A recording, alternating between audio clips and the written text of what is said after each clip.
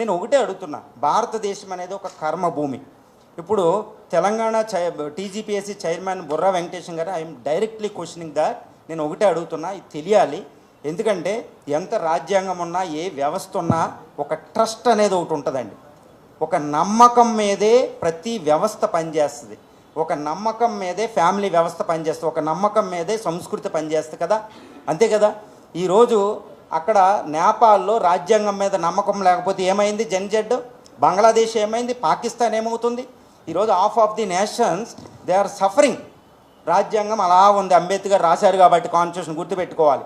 ఆ రాజ్యాంగం యందు నమ్మకాన్ని ప్రోధి చేయడానికే జడ్జిలు ఉన్నారు, కోర్టులు ఉన్నాయి, టీజీపీఎస్ ఉంది, రాజ్యాంగబద్ధ సంస్థలు ఉన్నాయి, పొలిటికల్ పార్టీస్ ఉన్నాయి, నాయకులు ఉన్నారు, ప్రతి వాళ్ళు ఉన్నాం.